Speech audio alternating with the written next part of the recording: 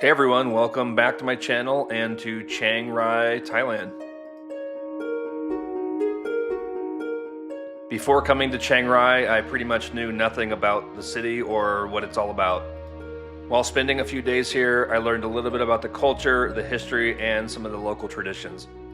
This was the hotel we stayed at, the Le Méridien. The price was very reasonable. It was around $100 US a night.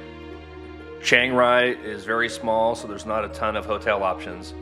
It was in a great location on the water, and it was a really nice hotel with some really good food options on site.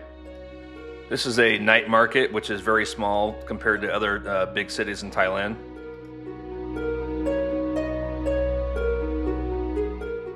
I won't try to pronounce this name, but it's in the description of the video.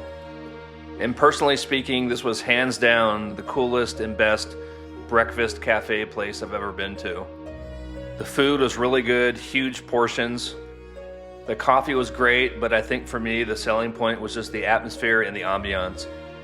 It's kind of hard to find. It's down a random alley and a couple dirt roads, but it's definitely well worth visiting if you're in Chiang Rai. I just randomly found this online, and I'm glad I did. It was definitely one of those hidden gems.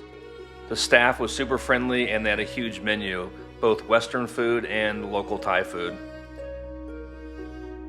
We actually spent half of the morning here before we started off on some of the other tours we had planned. In addition to the restaurant you see here, there's also a huge, really beautiful bar next door, as well as a nice bed and breakfast.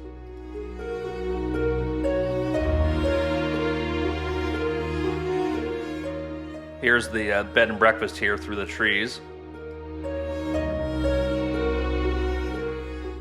Here's a cool little sunroom in the restaurant if you just want to drink some coffee or do some computer work and just relax and lounge. And right down the street from the restaurant is this very famous Blue Temple. The temple is relatively new. It was built within the last 20 years. And like every temple in Thailand, they are sacred and you have to remove your shoes. Most of the temples in Thailand typically have someone at the front door making sure your shoes are off before you enter. And even inside, it's very blue. The temple and the temple grounds are very small, and you probably only need 30 to 45 minutes, and you can see the whole thing.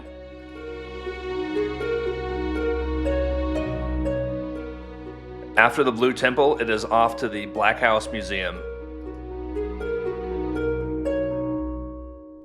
Compared to the Blue Temple, there's a lot more to see at the Black House Museum. Different buildings, different structures, different art exhibitions, so you can spend easily probably a couple hours here. There's some local arts and crafts and food and drinks on the outside of the property. And then you can just take your time and wander through all the buildings and art exhibitions.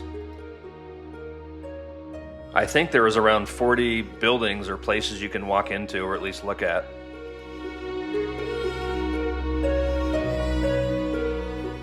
Massages are always important, no matter where you are in Thailand. We've seen enough at this point, and this was our last stop at the Black House Museum. I'm not sure what the meaning or significance of the stuff in here, but I think it's just various types of art. The next couple minutes of the video are further north in Thailand, in and around the Golden Triangle. Last month I posted a short of the Golden Triangle and looking into Laos and Myanmar. If you haven't seen it, I will put a link in the description below. There is a lot of history with the Golden Triangle as well as some historical significance. If you're in Chiang Rai, this is definitely worth the hour-and-a-half to 2-hour ride to check out. The Thailand side of the Golden Triangle is very safe, but the Laos and Myanmar side, not so much. Not to say you can't go there, just make sure you read up on it before you go. One thing I was surprised by and didn't expect, there's some pretty modern buildings in Laos and some very new casinos that they built. So it's very popular for Thai citizens to go across the border here and go gambling. And then you also have people from Laos coming across into Thailand to go shopping, because many of the streets in and around the Golden Triangle are lined with local arts and crafts and small shopping stalls. This here was something that surprised me and I didn't know existed, and this was the Opium Museum. Back in the day, before the current coffee farms and coffee plantations, this was a huge area for the illicit opium trade. The museum was only about a couple dollars US to enter, and you probably only need 30 minutes to see everything inside. It's pretty small.